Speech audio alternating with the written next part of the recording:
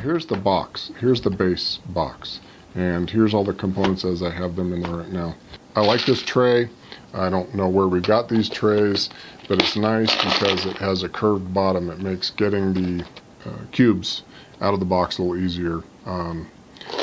Still kind of a pain, but it's the best I can do. So one thing I want to do is make sure I leave enough space for those in the box. So anyway, like I said, the cards, pretty substantial. Basically one big giant stack or two pretty thick stacks. It's like 3.5 to 4 decks of playing cards worth of cards that you got to find some space for. This can just get tucked in anywhere. These are just the markers and the first player marker. And then cards, again, thin. These are the corporation cards and the quick reference cards, so we'll find a place for those.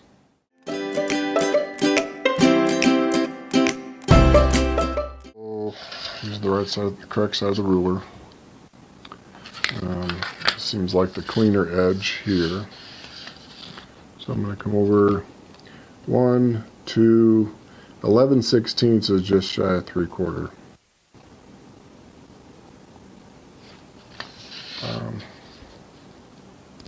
2, 11/16. And I lay my straight edge down like before and I do my cut. However,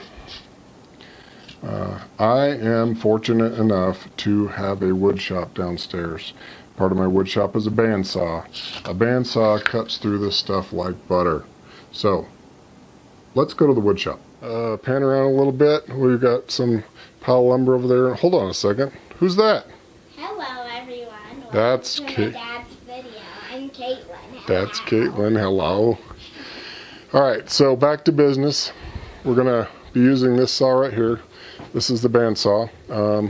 It's set up with a scrolling blade because it has fine teeth in it, which creates the best cutting surface for the foam core. So I'm going to get that all set up and reposition the camera, and we'll be right back.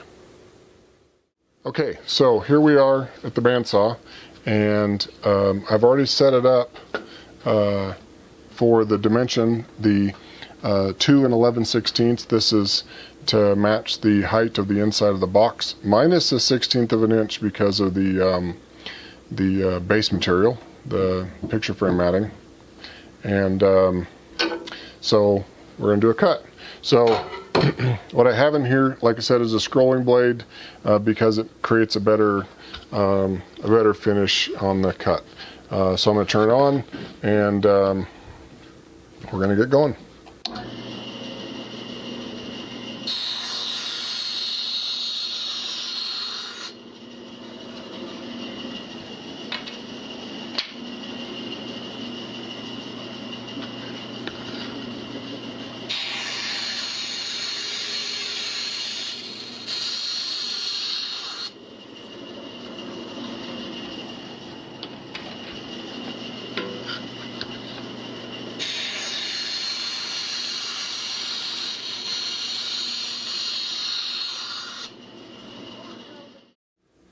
Okay, so I went ahead and cut 3 pieces. This should be enough to get started on the main tray. I don't know if you can see it in this light or not, but this is basically the cut surface using the bandsaw. It came out pretty great. Again, this also ensures that you get this edge, that surface, square to that surface. Pretty good tool. For those that may want to do this a lot, you can actually get a smaller version of a bandsaw that has a similar scrolling blade. These things are a lot of fun for a lot of different crafts and things, wood crafts and various other things if you're interested in such a thing. They make benchtop models that are, sometimes you can find them for less than $100 sometimes. So I recommend it if you can swing it. Okay everyone, now that I've gotten the main tray pieces cut to width, I'm going to cut these pieces to the main outside dimensions, and we're going to start to get the main tray going.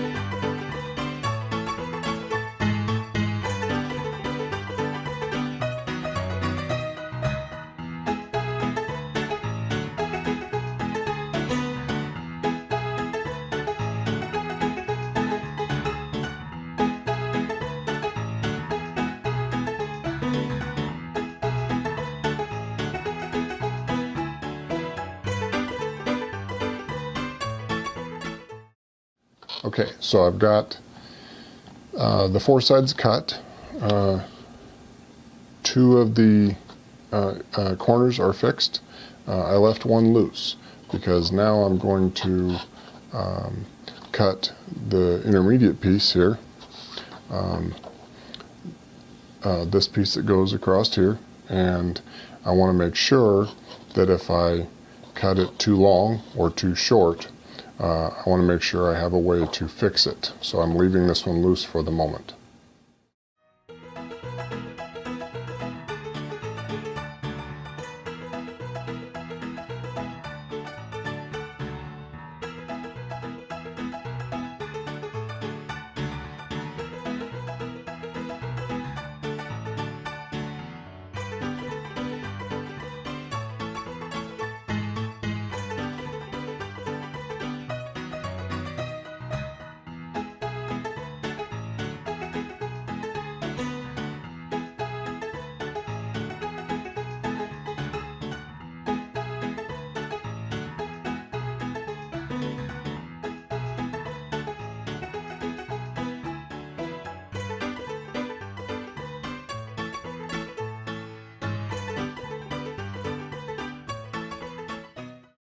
Okay, so I've got the outside pieces and middle piece all glued together.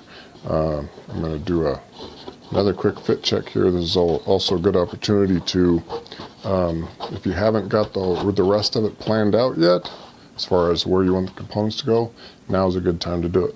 So I'm going to gather up the components, sort of set them in here where I think I want them to be, and I'll be right back.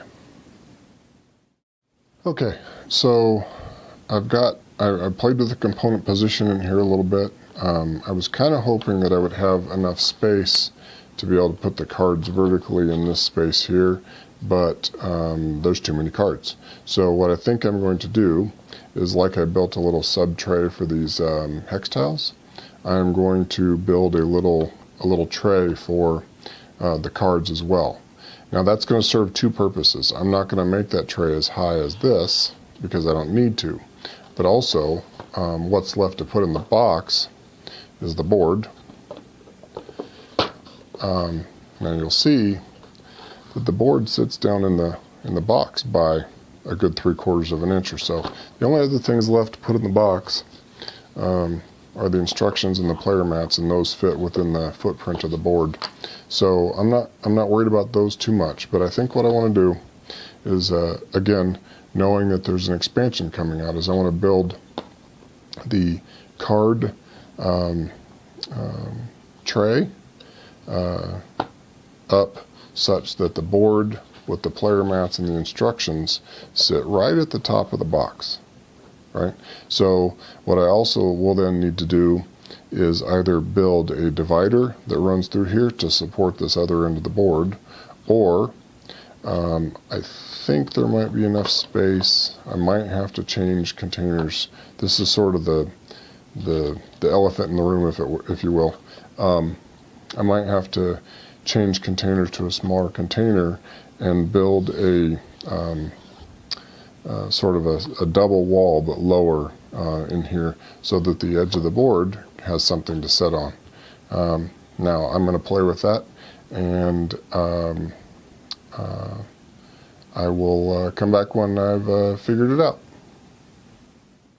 We're back, and I've done quite a bit more work since last night on the insert, and so here's the insert as you would pull it out of the box. So in the top is the board, the player mats, the instructions.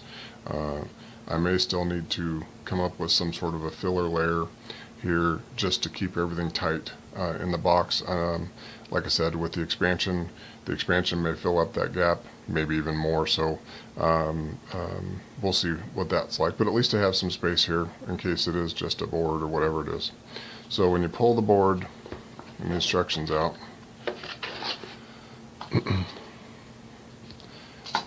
this is what you're left with. So again, this piece here is a piece of 1/2 inch foam core.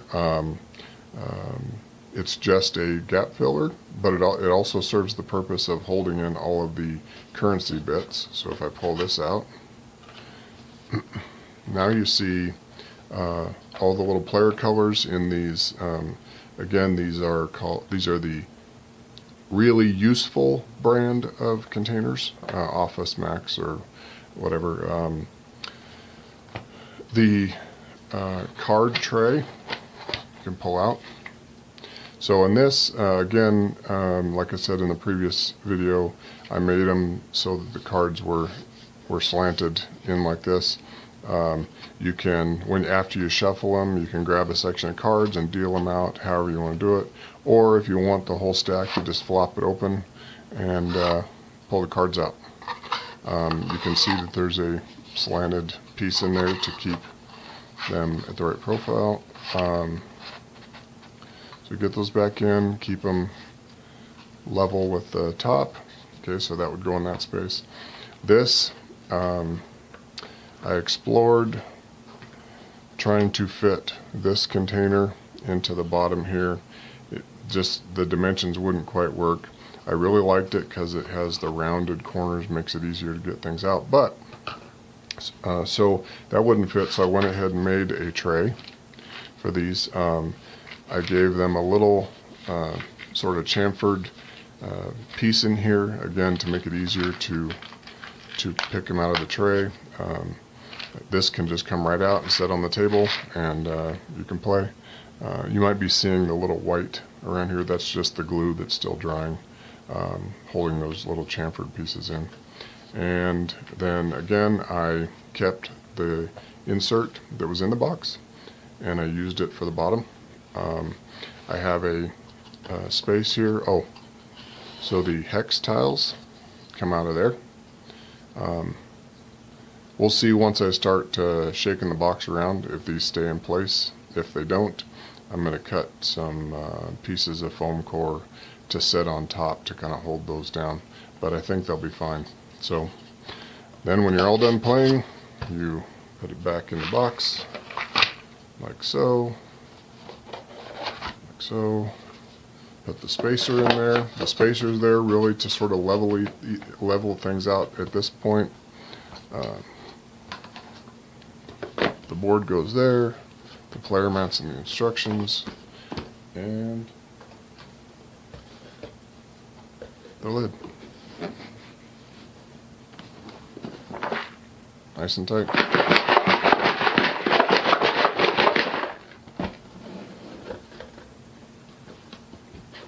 Well, looks like the hex tile stayed in place. Looks like the cube stayed in place. Everything's good to go. Alright everybody, so I'm going to call that the end of our my Terraforming Mars insert video. I will be posting more insert videos. I'm also going to be doing some polymer clay, game components for Scythe and some other things. So thank you for watching. If you like what you saw, please subscribe, and we'll see you again. Bye.